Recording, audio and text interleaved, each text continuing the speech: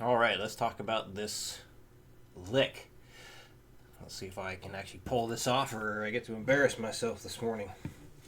So yeah, this thing came about with a song I wrote, and when I wrote this riff, it wasn't a workup kind of thing. It's just I just did it. It was just you just play the notes that kind of happen and then kind of figure it out after the fact. So I can't remember what tempo it is. Let's see. Again, I'm not warmed up. I basically just got up not too long ago. So let's see what happens here. No, it's after.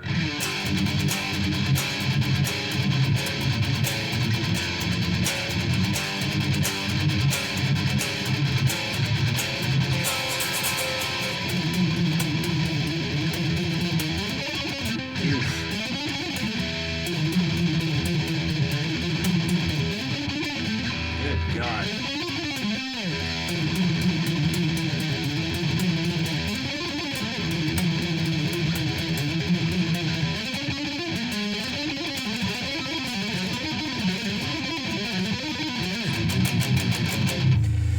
So that's the part right there.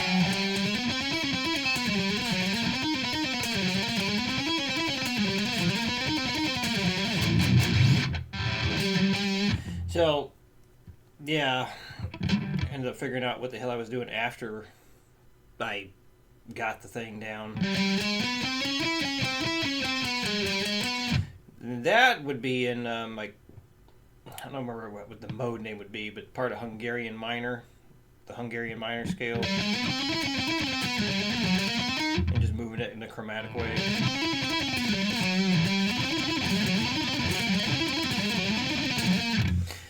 And I figured, well, I can get going pretty quick with that. It'd be kind of cool to do, take the same pattern and just apply it to this sort of thing. And I realized after examining it that yes, it is very suitable for the whole upward slant thing that I do. Of course, one of the hardest things about this is the synchronization. So yeah, hitting those awkward speeds and whatnot. So like, how could one break this down in pieces? Well, one thing I would do, and what I did with that, and I'm going to send you the stuff for it, that Born of Osiris lesson I did, or just the one lick in the song,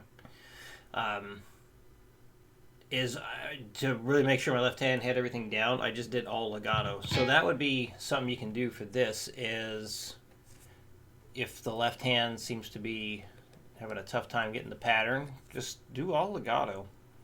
I'm going to start with that. I need to bring the metronome back up. And when I'm dealing with subdivisions like this, a lot of times I'll start with 50 instead of 60, so I have more room to work up. Let's see. Yeah. So basically I treat it like that. 1, 2, 3, 4, 5, 6, 7, 8. So like how it's showing the one beat. Like each new beat I will pick. So either I pick on the new beat or the string change.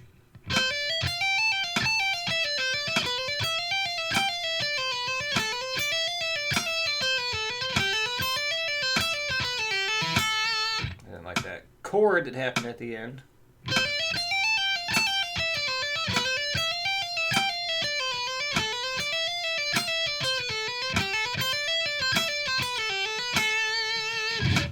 And then work her up.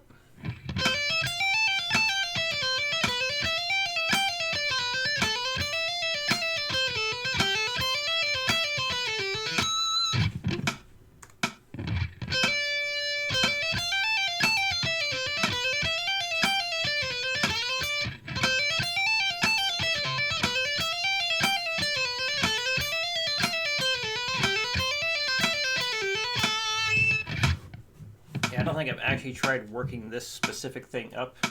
I just kind of thought like, yeah, that's a suitable lick for the whole upward slant deal.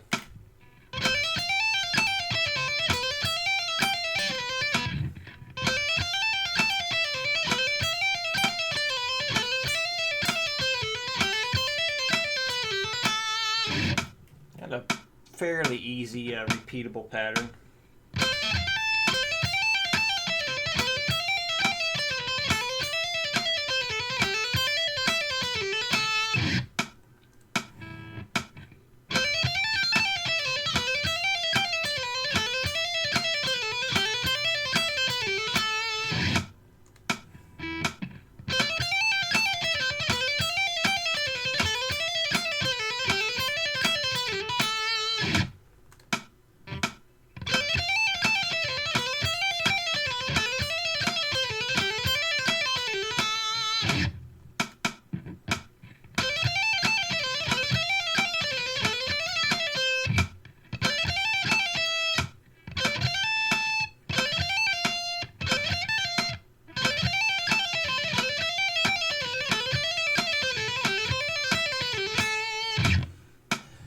Stiffness is kicking in, and a lot of times, again, doing the subdivision like this, I would be going up in 2s, not 5s, but figure for the sake of the video and not taking too long, I'm trying to do 5s instead of the 2s.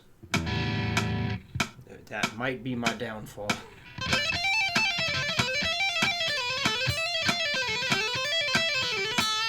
There we go. So yeah, when I feel that, like that stiffness really setting in, I got to take a moment, shake it out, try and get rid of that stiffness, and then when I get back to it, it feels like the fingers are just moving a lot more effortlessly.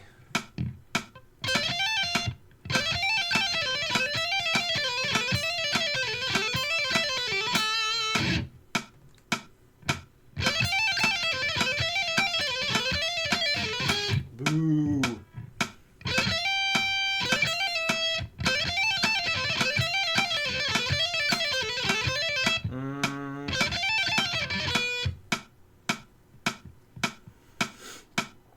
Yeah, 225 with 16ths is the 15 notes a second thing, so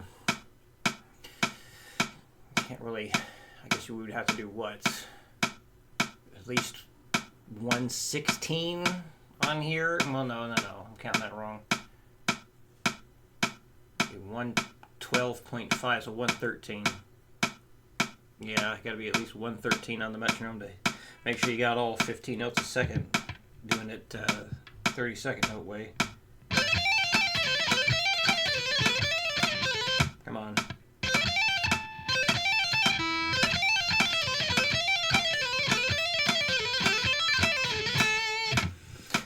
Yeah, it's so many notes here. This is definitely something you gotta have enough endurance for to pull off the entire thing.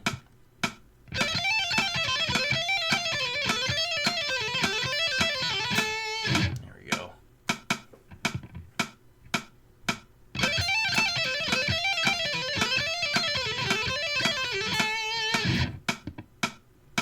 All right.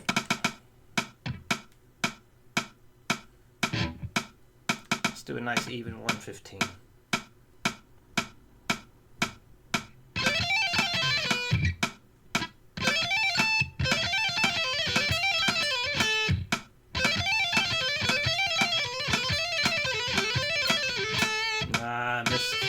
Missed a couple pull-offs there.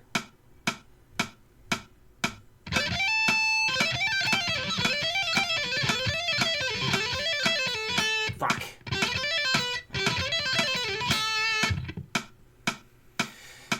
Yeah, they stop for a moment. And then doing this stuff, like the fatigue can set in real fast, real fast.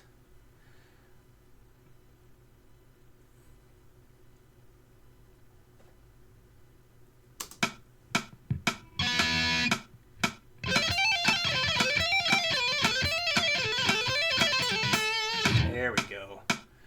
All right. So yeah, like I mentioned, the synchronization stuff, that's really tough for something like this. So doing like the one bar at a time was really good. I also mentioned like going like beat to beat. So maybe we can start with that. So doing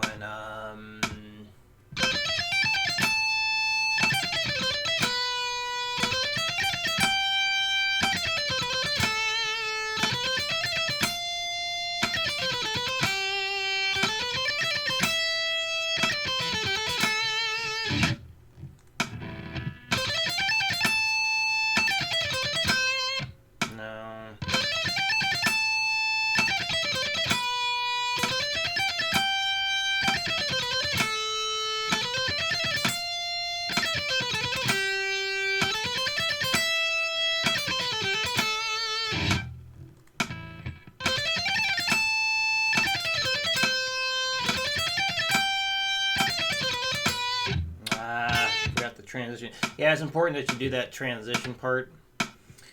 So this way, when you go for the full thing, you're better prepared.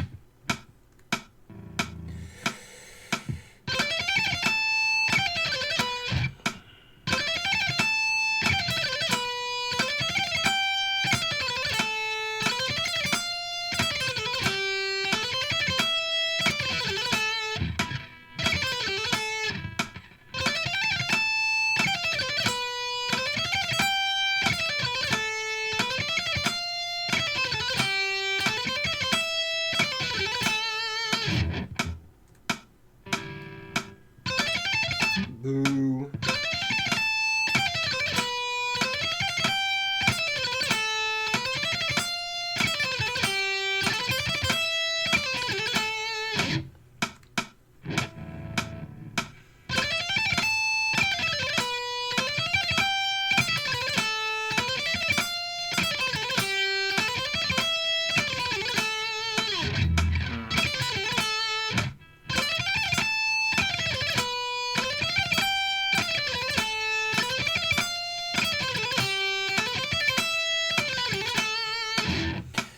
Sometimes, especially in faster speeds, I'll actually try and like mimic the legato and just try and sync up the legato with the picking so it actually becomes all picked.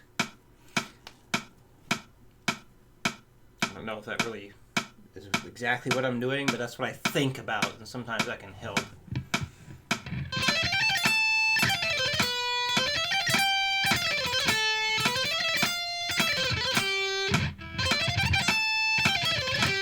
Ooh.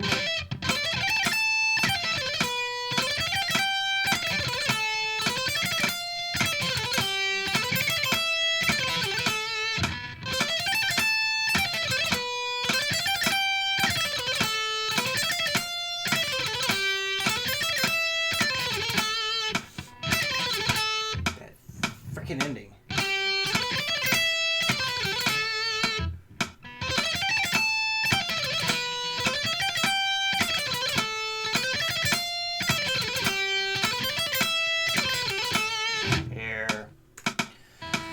So yeah, at this point I feel like I gotta be more aggressive with the motions to really make sure those notes are there. So it feels like kind of an awkward speed for me at this point.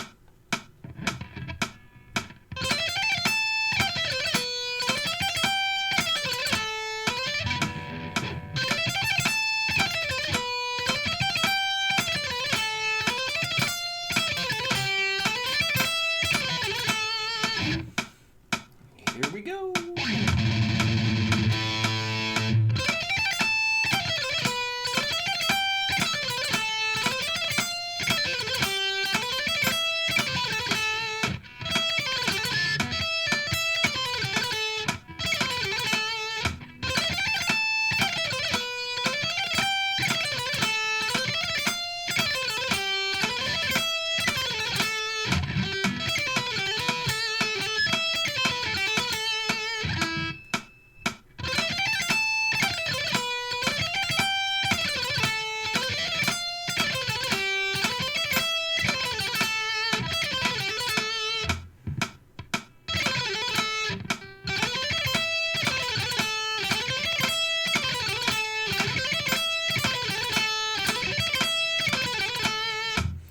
So I'll do that sort of thing when I have a trouble spot, a sticking point.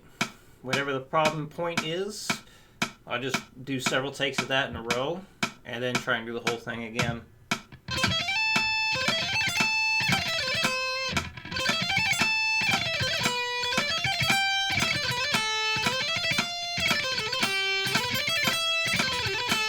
There we go. And that time, kind of like that one, I was thinking, I'm just going to move my left hand bigger. Just make bigger motions. Let's really make sure that things are done a bit more purposefully. My coffee's gone. Damn it. Damn it.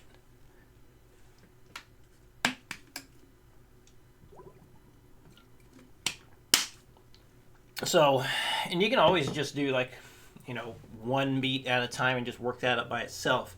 So obviously I broke like a beat up at a time and did all of that, but you can simplify it even more. Just do like one bar or just one beat, that's fine. Just 2 bars at a time, that's fine. So after that, what I would do, what I'm about to do, it's turning into a nice practice session. Now go for bar to bar, and then I'll pause, do that little quarter note pause each bar change. Come on.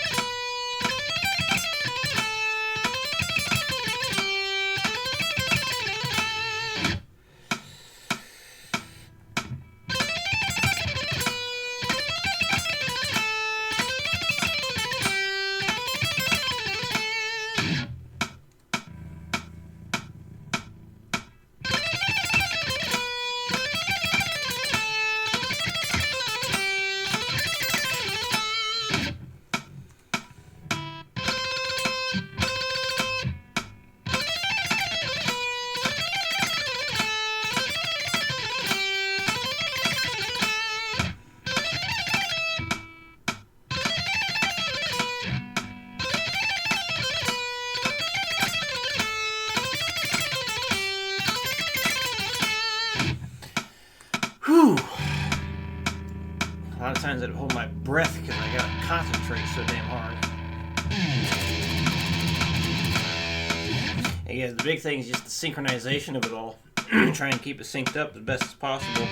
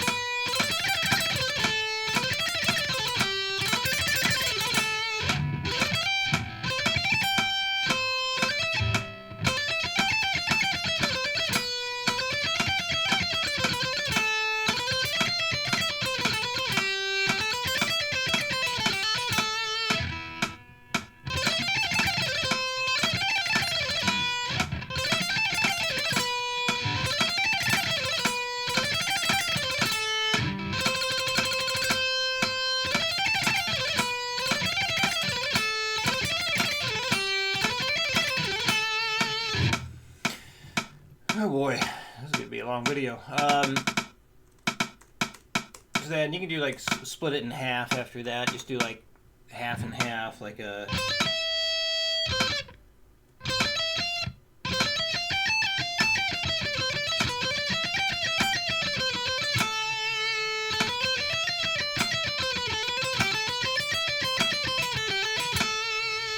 Just work that up.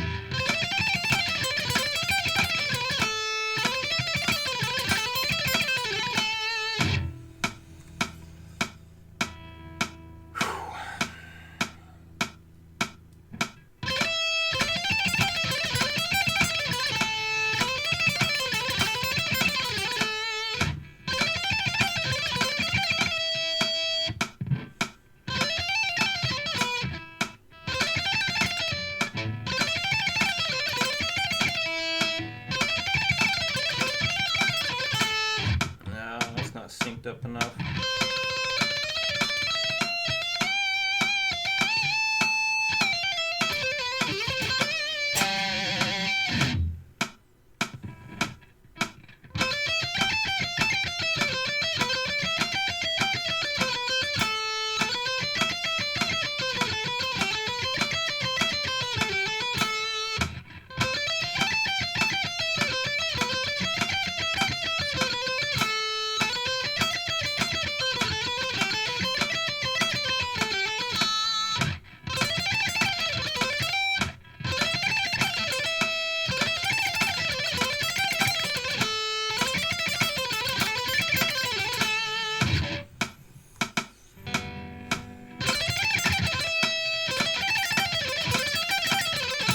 God damn it.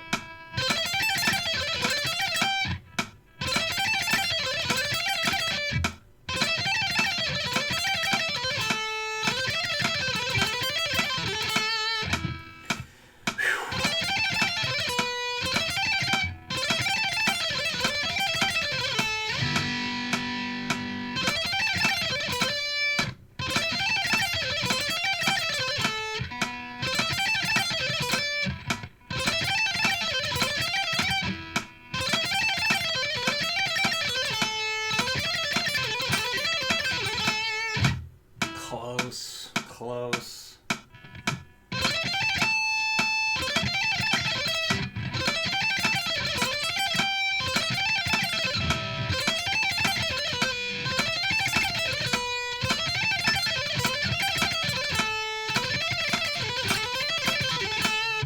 Whew.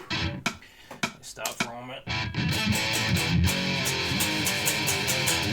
So, goddamn, it's almost been 30 minutes. So at this point, you know, I would want to work up like my own practice stuff for this.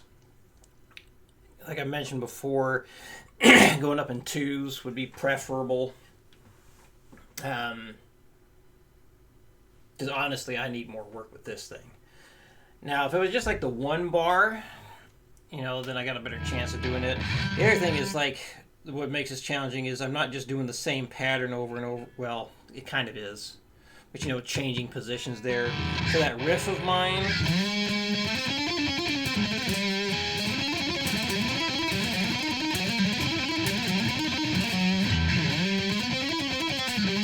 It's just the same fingers over and over again, the same shape.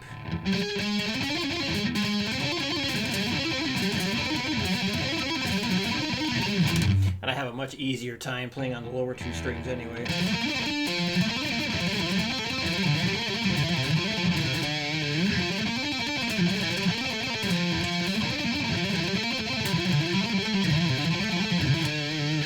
So playing on the top two strings, it's easier to hear the notes cut through better, but it is harder for me to play on the top two versus the bottom two.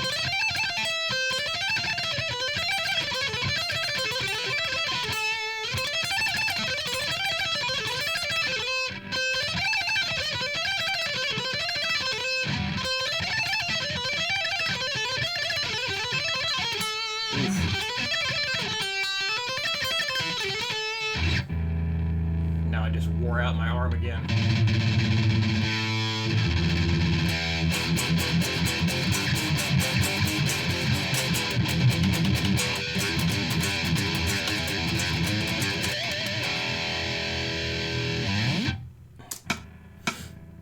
Let's give it another go.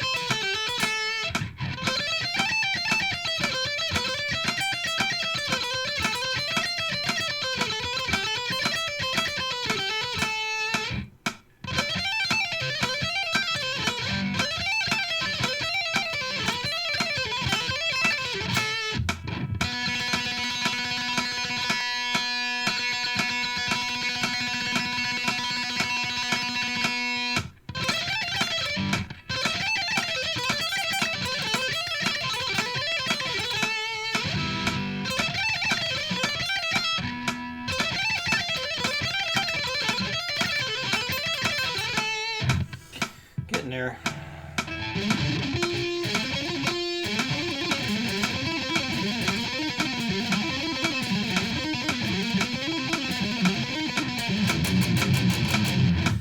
So much easier down there. Whew. Yeah, and it's already been 30 minutes. I'm just trying to go for the full thing now at this point. God, I really feel the blood swelling up in the forearm there.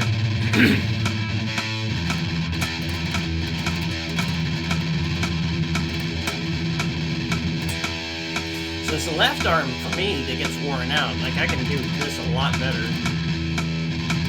And I'll do stuff like that in between beating the crap out of my left hand.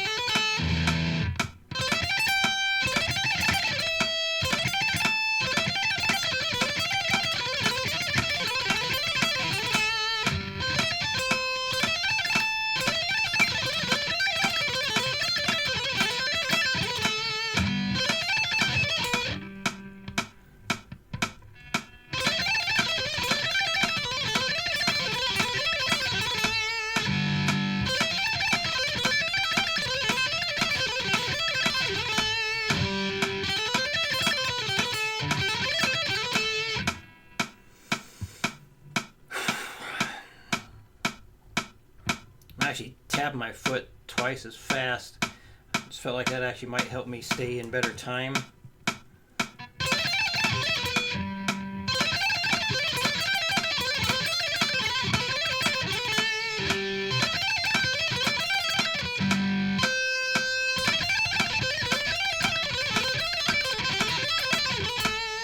Probably the best one so far. Let's see how it sounds on that pickup. Get out of the way.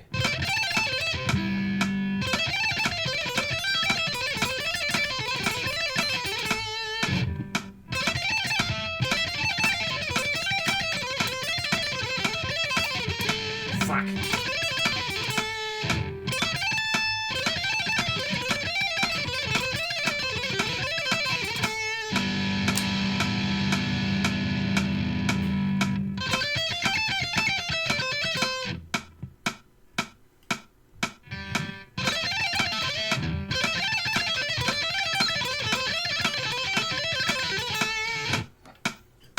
Yeah, let me just try with the compressor on.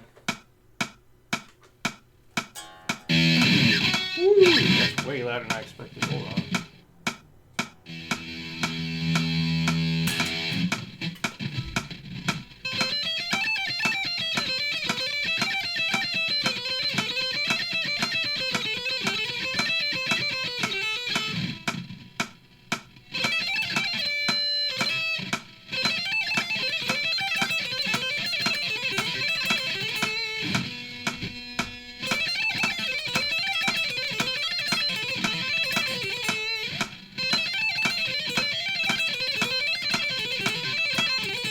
There. Alright, not bad. Just for the hell of it. What the fuck would this be?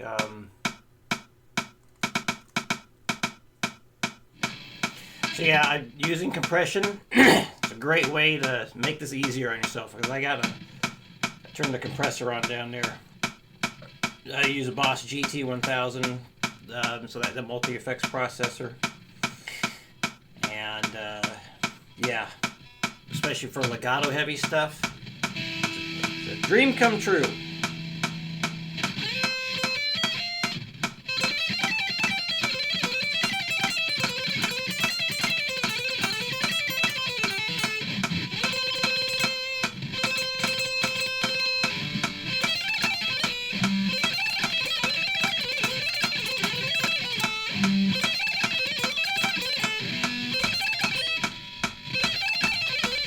Come on. Fuck. No. Ah.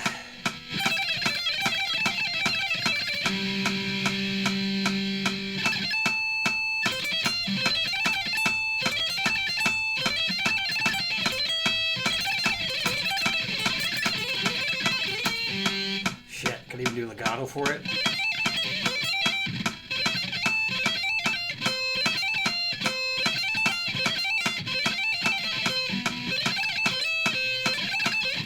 Anyway, well, I just figured I should give it a shot.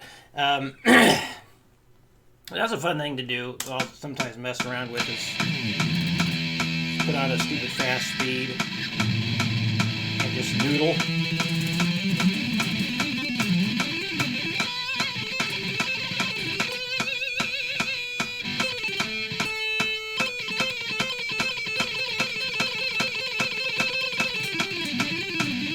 Do little things like that to kind of make sure I get my timing in there right.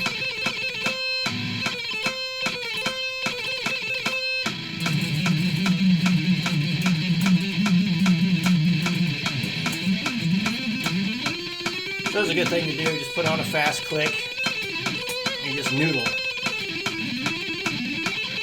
Just do whatever your hand likes to do naturally. Anyway. Jesus Christ. This is one of the longest recaps I've ever done. Anyway, hopefully watching me work all that up was helpful and little points and all that. But yeah, any questions, let me know. And I'll see you again next week.